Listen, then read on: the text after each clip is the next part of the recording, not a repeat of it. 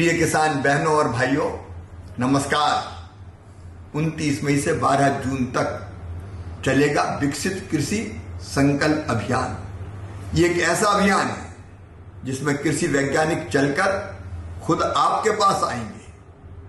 आपके गांव आएंगे, आपसे बात करेंगे, आपकी खेती और बागवानी की जरूरतों को समझेंगे और आपकी जरूरत के हिसाब से आपको समाधान भी बताएंगे। आप उनसे पूछ सकते हैं कैसे आपकी फसल अच्छी हो, उत्पादन कैसे बढ़े, लागत कैसे घटे, कौन सी नई तकनीकी अपनाएं, कीटों और रोगों से कैसे अपनी फसल को बचाएं। लेकिन यह अभियान केवल जानकारी नहीं है, समाधान लेकर आया है। तो भाई और बहनों, इस अभियान से जुड़िए, सवाल पूछिए, समाधान पाइए, उत्पादन बढ़ाइए, उत्पादन की लागत घटाइए और मिलकर बढ़ाइए विकसित खेती की ओर मजबूत कदम। क्योंकि जब खेती विकसित होगी तभी साकार होगा विकसित भारत का सपना। जय जवान, जय किसान, जय विज्ञान, जय अनुसंधान।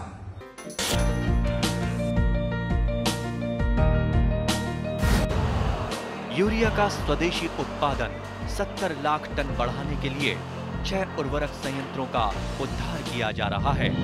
FCIL के गोरखपुर, सिंदरी, तलचर और रामागुंडम संयंत्र,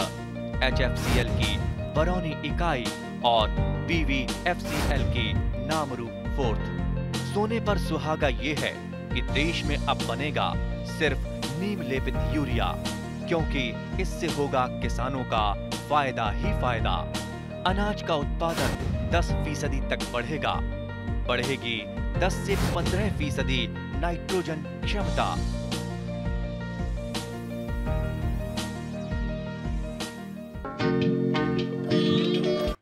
আমাৰ ৰাজ্য অসমৰ জলবায়ু হাঁহ পালনৰ বাবে অনুকূল, কাৰণ আমাৰ ৰাজ্যখন খাল, বিল, নৈ, জান-জুৰি, জলাশয় আদিৰে ভৰি আছে। অসমৰ গাঁওবোৰত সাধাৰণতে মহিলাসকল বেছিকৈ হাঁহ পালনৰ সৈতে জড়িত হৈ থাকে। ঘৰুৱা কাম বনৰ সমান্তৰালকৈ হাঁহ পালনৰ কোনো অসুবিধা নাথাকে।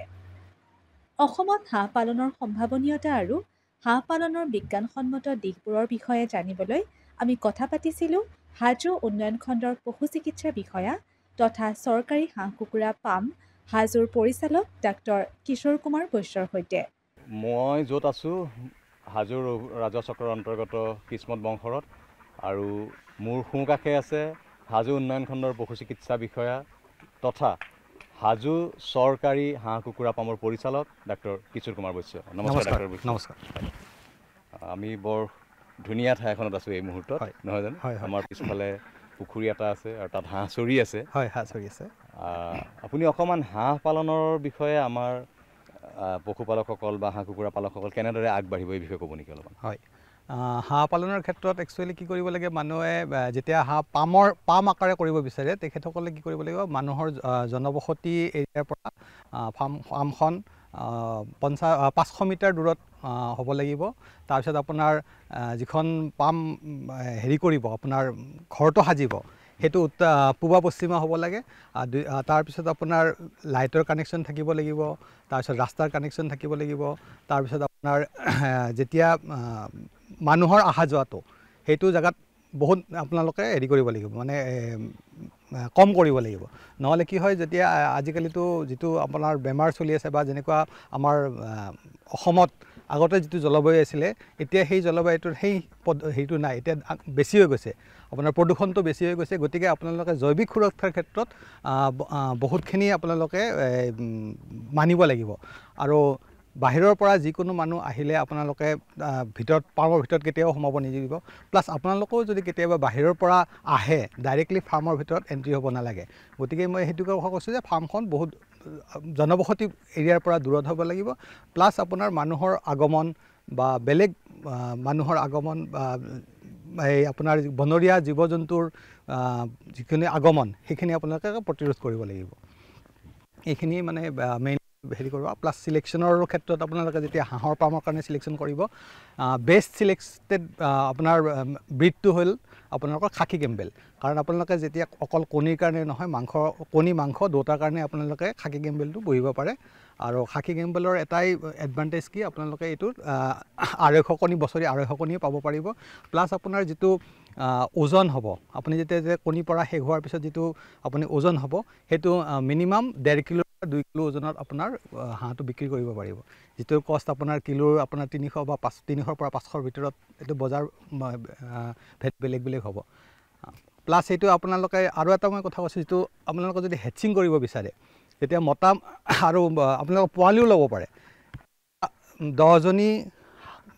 মাইকী হাঁহৰ এগেইনষ্টে আপুনি এটা মতা হাঁহ ৰাখিলে তেতিয়াহ'লে আপুনি যেতিয়া কণী পাব যিটো আপুনি যদি এইটো কেনলিং বুলি কয় একচুৱেলি আমাৰ লাইট এটা লগাই পেলাই আপুনি চাব পাৰে কেনলিং কৰি পেলাই যদি আপুনি উমনি দিয়ে আজিকালি বজাৰত উপলব্ধ 6000 পৰা 10000 ভিতৰত আপোনাৰ মাছৰ কাৰ্টুনত আপোনাৰ বনাই ল'ব পাৰি এইটো মাৰ্কেটত এভেইলেবলো আছে সৰু কাৰ্টুন লৈ আপোনালোকে হেচিং কৰিব পাৰে হেচিং কৰি পেলাই আপোনাৰ সেই কণীৰ পোৱালি জগাই সেইটো এটা লাভদায়ক হিচাপে মানে ব্যৱসায় কাৰণ আজিকালি আমাৰ ইয়াতে হাঁহৰ পোৱালিৰ বহুত ডিমাণ্ড যিটো ডিমাণ্ড আমাৰ ইয়াতে ফুলফিল নহয় মাৰ্কেটত ফুলফিল নহয় আৰু মানুহে কি কৰে যেতিয়া হাঁহ পালন কৰে একচুৱেলি ইয়াতো এখেতসকলেও যিটো কৰি আছে ধৰক কি কয় বজাৰৰ পৰা যিটো দানা আহে সেইটো খুৱাব লাগে অকল আপোনালোকে যে পুখুৰীত মই হাঁহটো পুহিছোঁ সেইটোৰ ওপৰত ডিপেণ্ড কৰিলে আপোনাৰ নহ'ব আপোনাৰ যিটো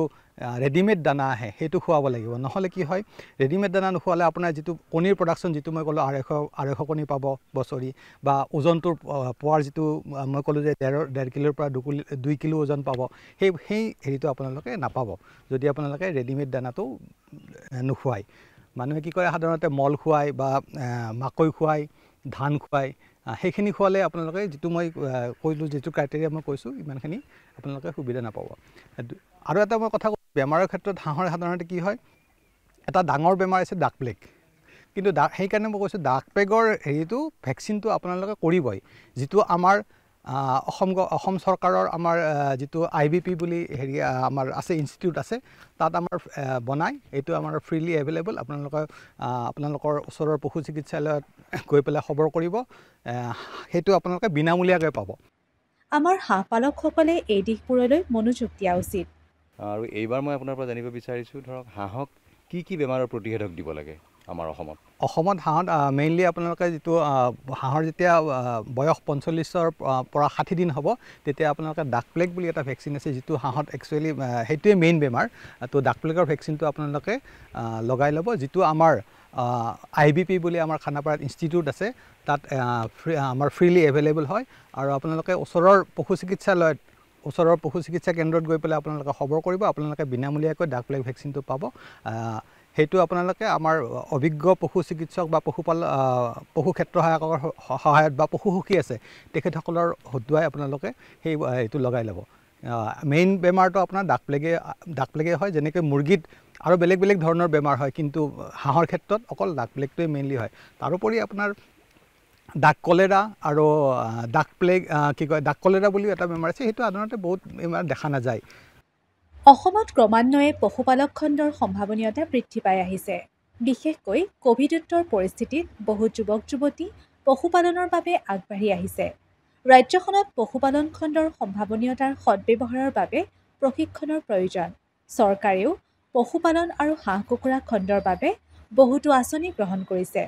এই বিষয়ে অসম কৃষি বিশ্ববিদ্যালয়ৰ পশু চিকিৎসা অনুষদৰ গৱেষণা সঞ্চালক ডক্টৰ প্ৰবোধ বৰাই এনেদৰে কয় অসমত আচলতে পশুপালন ক্ষেত্ৰখনৰ যিখিনি সম্ভাৱনীয়তা সেই সম্ভাৱনীয়তাখিনি যদি আমি লক্ষ্য কৰোঁ হয়তো ই আমাৰ আগন্তুক সময়ত অসমৰ নিবনুৱা যুৱক-যুৱতীসকলৰ সংস্থাপনৰ ক্ষেত্ৰত এটা অগ্ৰণী ভূমিকা ল'ব পাৰে অতি সুখৰ কথা যে বৰ্তমানে আমাৰ বহু সংখ্যক শিক্ষিত যুৱক-যুৱতী এই পশুপালনৰ প্ৰতি আগ্ৰহী হৈ উঠিছে আৰু তেওঁলোকে নিজকে সংস্থাপিত কৰাৰ কাৰণে পশুপালন আৰু পশু উৎপাদিত সামগ্ৰীৰ সংসাধনৰ সৈতে জড়িত হ'বলৈ তেওঁলোকে প্ৰচেষ্টা হাতত লৈছে আসলে ইয়াত সুযোগ যথেষ্ট আছে কিন্তু সেই সম্ভাৱনীয়তাখিনিক আমি আসলতে প্ৰকৃত প্ৰতিফলন কৰ্মক্ষেত্ৰত কৰিবলৈ হ'লে আমাৰ উপযুক্ত প্ৰশিক্ষণৰ ব্যৱস্থা কৰা প্ৰয়োজন আমাৰ যুৱক-যুৱতীসকলৰ আৰু তেখেতসকলক যাৱতীয় আৰ্থিক অনুদান বেংক বা চৰকাৰী অন্যান্য অনুষ্ঠান প্ৰতিষ্ঠানৰ পৰা যে সময়মতে প্ৰদান কৰাটো জৰুৰী অতি আনন্দৰ কথা যে অসম চৰকাৰে আৰু লগতে ভাৰত চৰকাৰেও বিভিন্ন আঁচনিৰ জৰিয়তে সম্প্ৰতি এনেধৰণৰ কিছু আঁচনি লৈছে যাৰ জৰিয়তে আমাৰ উঠি অহা প্ৰজন্মৰ যুৱক যুৱতীসকলক তেওঁলোকে এই ক্ষেত্ৰ দুখনত সংস্থাপিত হোৱাৰ কাৰণে আৰ্থিক অনুদান আগবঢ়াইছে অসমতো অসমৰ জনপ্ৰিয় মুখ্যমন্ত্ৰী ডাঙৰীয়াৰ যিটো আত্মনিৰ্ভৰ আঁচনি তাৰ জৰিয়তে ইতিমধ্যে প্ৰথম পৰ্যায়তে ২৫,০০০তকৈ অধিক যুৱক যুৱতীক কৰ্মসংস্থাপনৰ ব্যৱস্থা দিয়াৰ সলনি স্বনিয়োজনৰ ব্যৱস্থাৰ কাৰণে বিভিন্ন আঁচনিৰ জৰিয়তে ২ লাখৰ পৰা ৫ লাখলৈকৈ অনুদান আগবঢ়াইছে তাৰ ভিতৰত ৫০%তকৈ অধিক যুৱক যুৱতীয়ে পশুপালন আৰু মৎস্য পালনৰ দিশত তেওঁলোকে স্বসংস্থাপিত হোৱাৰ দিশত আগবাঢ়িছে তেওঁলোকে ইতিমধ্যে ঋণ লাভ কৰিছে বেংকৰ পৰাও আৰু চৰকাৰৰ পৰা সম্পূৰ্ণৰূপে ঘূৰাই দিব নলগীয়াকৈ আৰ্থিক অনুদান লাভ কৰিছে যাৰ জৰিয়তে আমি আশা কৰোঁ যে এইখিনি ক্ষেত্ৰত এটা বিপ্লৱৰ সূচনা হ'ব পৰৱৰ্তী সময়ত আৰু এই ক্ষেত্ৰত আমাৰ সকলোৰে কৰণীয় আছে তেখেতসকলক যাৱতীয় প্ৰশিক্ষণ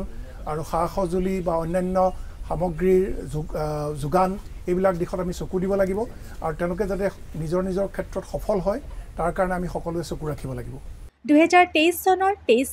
নৱেম্বৰ তাৰিখে পৰীক্ষামূলক সঞ্চালনেৰে নলবাৰী চহৰত স্থাপন কৰা হয় জিলাখনৰ প্ৰথমটো দুগ্ধ সংসাধন প্ৰকল্প দৈনিক ১০,০০০ লিটাৰ সংসাধন ক্ষমতা থকা এই প্ৰকল্পটো স্থাপন কৰিছে SMB এগ্ৰ ফুডছে ইয়াৰ স্বত্বাধিকাৰী হ'ল ৰাণীমা বৰ্মন এই প্ৰকল্পটোৰ ব্ৰেণ্ডৰ নাম হ'ল ক্ৰিমিঅ বৰ্তমানলৈ এই প্ৰকল্পটোত বীজাণুমুক্ত পেকেট গাখীৰ দৈ পনীৰ আদি প্ৰস্তুত কৰি অহা হৈছে বৰ্তমান এই প্ৰকল্পটোত ১৮জন কৰ্মচাৰী নিয়োজিত হৈ আছে ইয়াৰ উপৰিও ৯গৰাকী গাখীৰ সংগ্ৰহকাৰী আৰু যোগান কৰ্মীও আছে এই প্ৰকল্পত ১৫০ গৰাকীতকৈও অধিক গোপালকে গাখীৰ যোগান ধৰি আহিছে এই প্ৰকল্পৰ বিষয়ে শ্ৰীমতী বৰ্মনৰ স্বামী পশু চিকিৎসা বিষয়া ডাক্তৰ জগদীশ বৰ্মনে এনেদৰে কয় আমি ইয়াতে গাখীৰৰ এটা সংসাধন প্ৰকল্প হয় ইয়াতে মিল্ক প্ৰচেছিং প্লেণ্ট হয় আমাৰ এইটো টেণ্টৰ কেপাচিটি দৈনিক ১০,০০০ লিটাৰ অৰ্থাৎ আমি ১০,০০০ লিটাৰ গাখীৰ ইয়াত প্ৰচেছ কৰি পেকেট কৰিব পাৰোঁ বা অন্যান্য প্ৰডাক্ট বনাব পাৰোঁ দৈনিক আৰু আমাৰ এই ব্যৱস্থা এটা প্ৰায় এইটো এটা আশা সুধীয়া প্ৰচেষ্টাৰ ফল বুলিয়ে কৈছোঁ ইয়াতে ইয়াৰ ব্ৰেণ্ড নেম হ'ল ক্ৰিমিঅ এই ব্ৰেণ্ড নেমত আমি ইয়াৰ পৰা গাখীৰ বিক্ৰীৰ ব্যৱস্থা কৰিছোঁ আচলতে ইয়াত গাখীৰ বিক্ৰীয়ে নহয় আমি থলুৱা আৰু বা এই অঞ্চলৰ বা নলবাৰী তথা দাঁতৰি কাষৰীয়া অঞ্চলৰ গোপালসকলৰ গাখীৰখিনি যাতে আমি উচিত মূল্যত কিনি তেওঁলোকৰ কাৰণে এখন বজাৰ দিব পাৰোঁ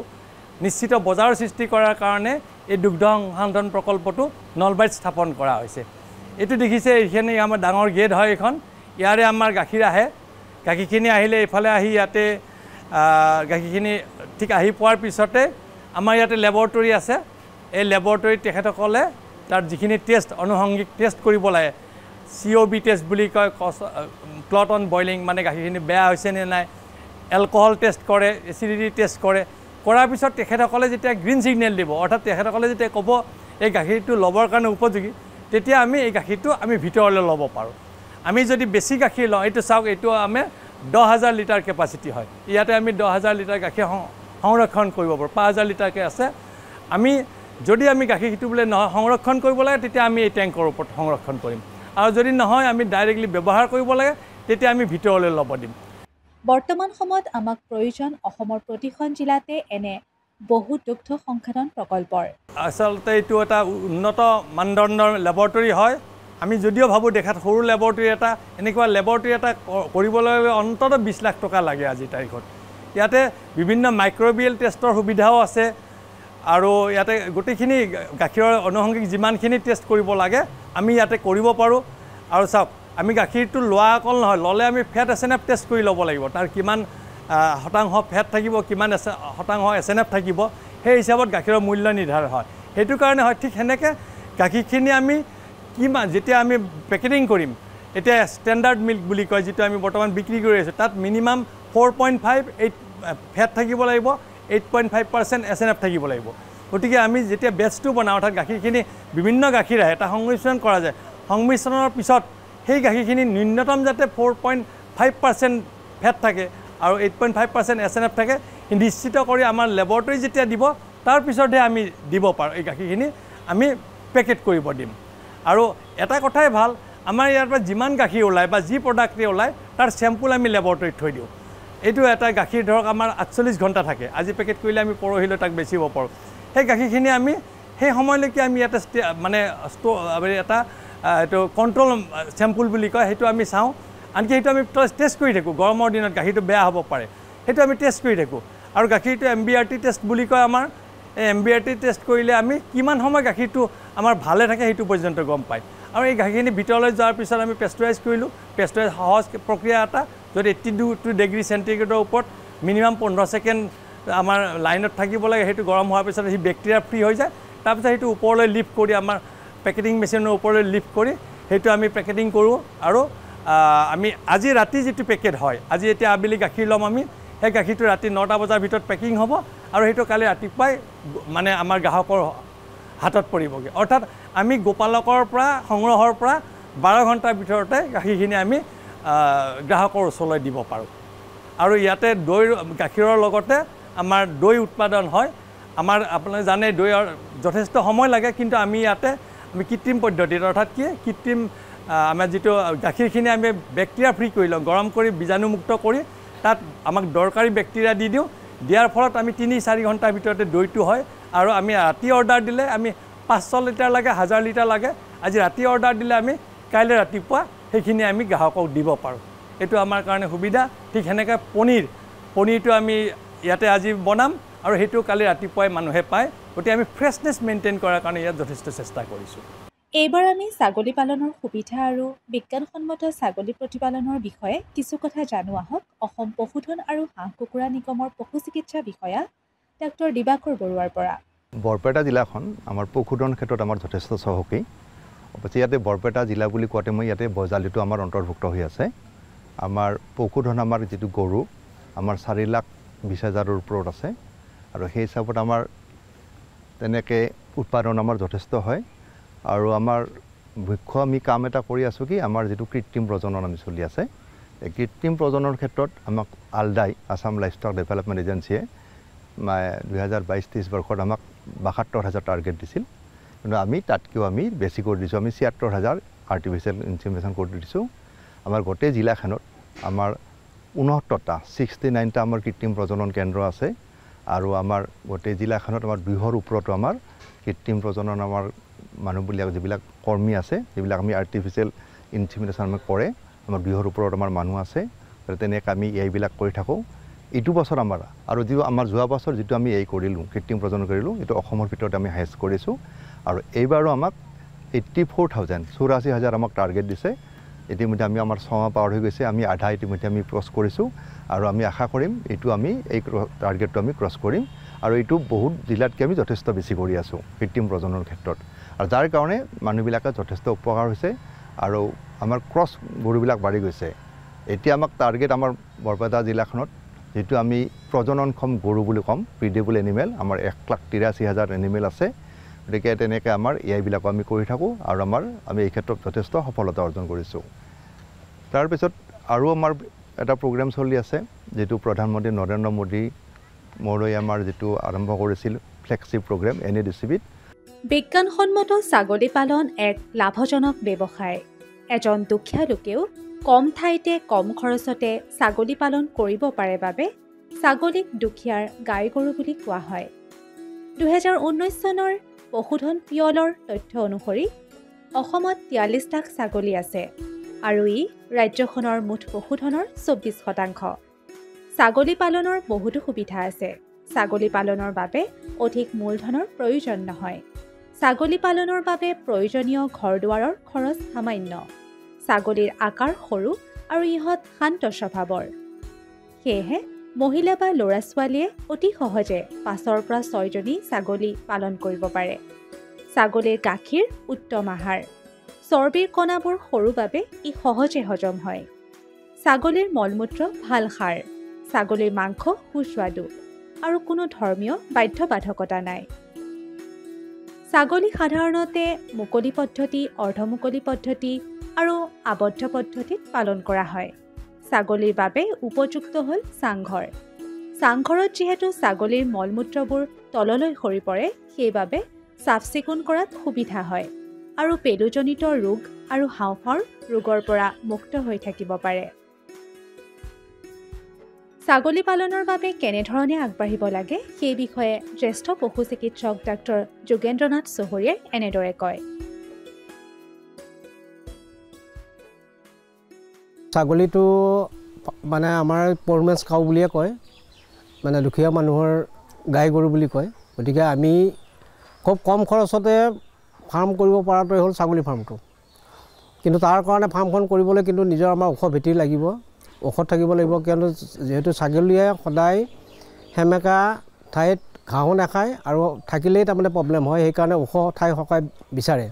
ওখ ঠাইত ঘাঁহ খাব বিচাৰিছে, গছৰ পাত খাব বিচাৰে। গতিকে আমি সদায় আমাৰ ছাগলী ফাৰ্মখন কৰোঁতে অলপ ওখ ঠাই আমাৰ নিৰ্বাচন কৰাটো ভাল, ওখ ঠাই হ'ব লাগিব। আগবাহিৰে পৰিষ্কাৰ পানী আৰু বিজুলী বাতিৰ সিমান মানে ইয়াতে হেৰি নাথাকে, নকৰিলেও কথা নাই।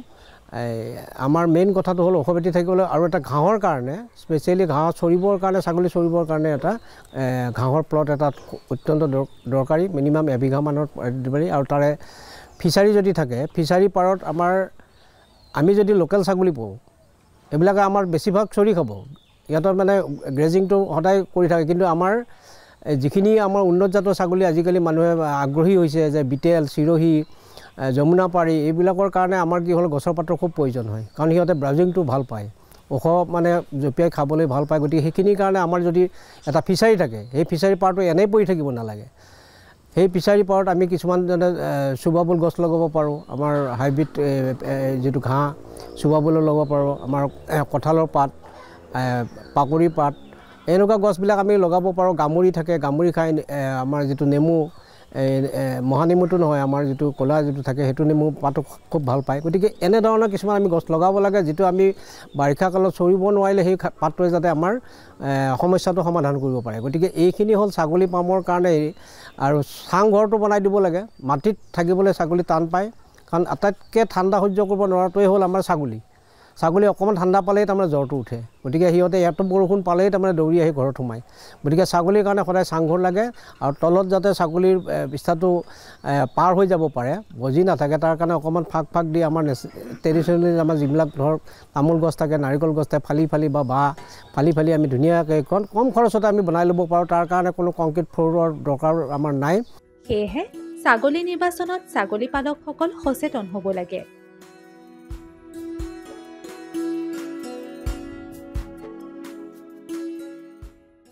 प्रिय किसान बहनों और भाइयों, नमस्कार। 29 मई से 12 जून तक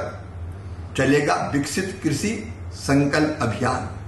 ये एक ऐसा अभियान है जिसमें कृषि वैज्ञानिक चलकर खुद आपके पास आएंगे, आपके गांव आएंगे, आपसे बात करेंगे,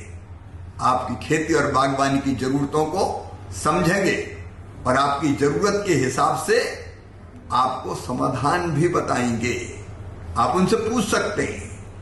कैसे आपकी फसल अच्छी हो, उत्पादन कैसे बढ़े, लागत कैसे घटे, कौन सी नई तकनीकी अपनाएं, कीटों और रोगों से कैसे अपनी फसल को बचाएं। लेकिन यह अभियान केवल जानकारी नहीं है, समाधान लेकर आया है। तो भाई और बहनों, इस अभियान से जुड़िए, सवाल पूछिए, समाधान पाइए, उत्पादन बढ़ाइए, उत्पादन की लागत घटाइए